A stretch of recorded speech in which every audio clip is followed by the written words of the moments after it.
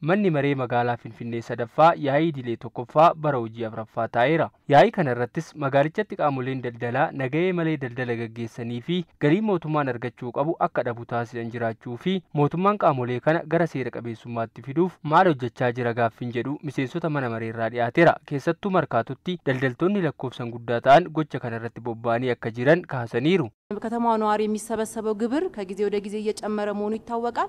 ገሊን ግብራ jiraatota magaalattii irraa walitti qabamu yeroodhaa gara yerootti dabalaa akka jiru ni beekama.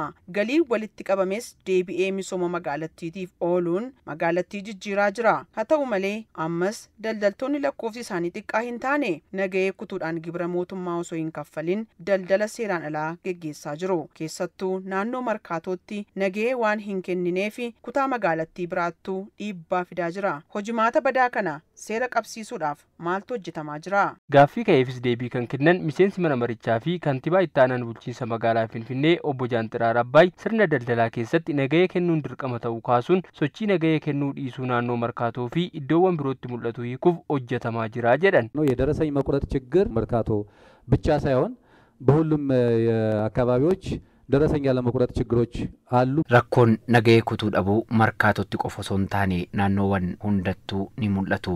Sirna daldalaa keessatti nagahee kutuun dirqama jennee akka bulchiinsa magaalaatti ejjennoo keenya qabachuun koreen dhimma kana hordofuu dhaabbateera. Hawaasa daldalaa waliinis mariin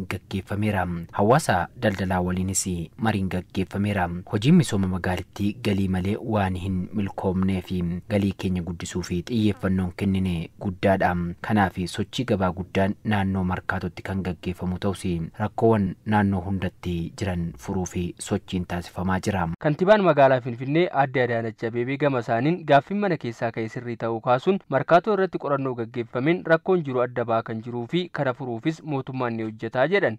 ግብር መክፈል ያለበት ሁሉም የንግድ ማህበረሰብና ገቢ የሚያገኘው ግብረ ከፈሉ kan qaban hawaasa daldalaa hundaa fi galii kan argatan hunda ta'uu qaba waan ta'eef markaatoo irratti gibira seeraan maaliif hin kaffalchiifne gaaffiin jedhu gaaffii sirrii fi nutis dhimma kanaan wal qabatee sochii jalqabneerra. Markaatoon gabaa guddaa dinagdee keenyaaf tumsa olaanaa taasisaa jirudha. Kallattii biraan immoo alseerummaaf akka iddoo dhoksaa ta'ee tajaajilaa jira. Kanaaf markaatoo irratti qorannoo gaggeessineerra. Kanaanis biiroowwan galii sassaabanii fi to'annoo gaggeessan kan irratti xiyyeeffatan isaan oomisha fuuldura irratti bahuun gurguran irratti qofa. Madda oomishaa irratti dhimmi nagahee sirriitti hin hojjetamne kana deebisuun dirqama mootummaati. Qorannoo gaggeeffame boodas hawaasa daldalaa waliin marii bal'aan taasifamu kan himan Aadde Adaanach gibirri hawaasa irraa walitti qabamu deebi'ee faayidaa hawaasaaf kan oolu waan ta'eef gibira kaffaluun dirqamaa jedhan.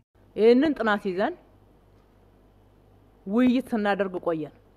qorannoo kana irratti hundoofnes marii gaggeessaa turreerra. Kanaanis gibiran kaffaluu mormiin jedhu nu hin mudanne. Sirna sassaabbii fi kenniinsa tajaajila keenyaa irratti yaada kaasu. Warri gibira seeraan kaffalan miidhamaa, warri gibira dhoksaan fayyadamaa akka jiran dubbatu. Kanaaf kaffaltoonni gibiraa rakkoo jiru irratti eeruu kennaa ofii dirqama isaanii bahachuu qabu. Wanti hubatamuu qabu gibira walitti qabnuun ijoollee soorra. Bu'uuraalee misoomaa ittiin guunna. Gaaffii hawaasaa ittiin deebifna. Kanaaf gibira kaffaluun dirqama.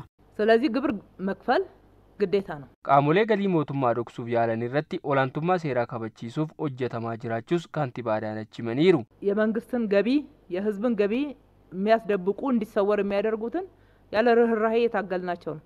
Galiin mootummaa akka dhokkotu kan taasisan garaa laafummaa tokko malee irratti qabsaa jirra. Keessattuu qaama mootummaa irratti tarkaanfii cimaa fudhanna. Daldalaanis haqummaa irratti hundaa'ee hojjechuun dirqama isaa bahee mirga isaa gaafachuu qaba. Kana yoo hin taane olaantummaan seeraa akka kabajamu ni taasifna. Sababni isaa mootummaan gibira yoo seeraan hin kaffalchiifne gaaffiiwwan tajaajila hawaasaa gaafataman kennuu hin danda'u. መንግስት ግብር ካላስከፈለ እነኚህ የምትጠይቋቸውን አገልግሎቶች መስጠት አይችልም።